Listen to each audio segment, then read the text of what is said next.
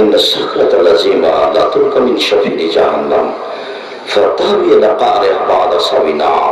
শোনো,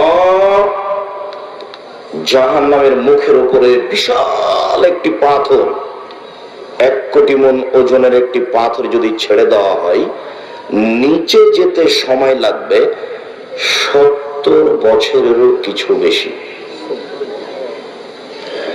1 কোটি মণ ওজনের একটি পাথর যদি 1 মিনিট নিচে যায়, কত কিলো যেতে পারে? 1 ঘন্টা, 1 দিন, 1 বছর। 70 বছর যদি নিচে যেতে থাকে, কত কিলো যাবে মানুষকে হিসাব করতে পারবে? জাহান্নাম কি জিনিস মানুষ হিসাবে আনতে পারবে না। এইখানে একটা কথা বলা থাকছে, ইন্নাল মুনাফিকিনা ফিদ দারকিল আসফালি মিনান নার। যারা মুনাফিক তারা জাহান্নামের সবচেয়ে নিচে থাকবে। হিন্দুও জাহান্নামে যাবে, তবে নিচে থাকবে না। ইহুদিও যাবে, তবে নিচে থাকবে না। খ্রিস্টানও যাবে, তবে নিচে থাকবে না।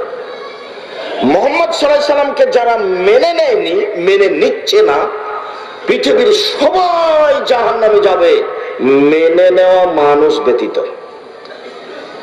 ইহুদি হোক, খ্রিস্টান হোক, হিন্দু হোক, বৌদ্ধ হোক, সে যেই হোক না কেন। তবে সবচেয়ে নিচে থাকবে কে? মুনাফিক।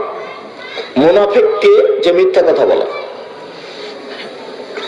মুনাফিক কে? যে ওয়াদা খেলাপ করে।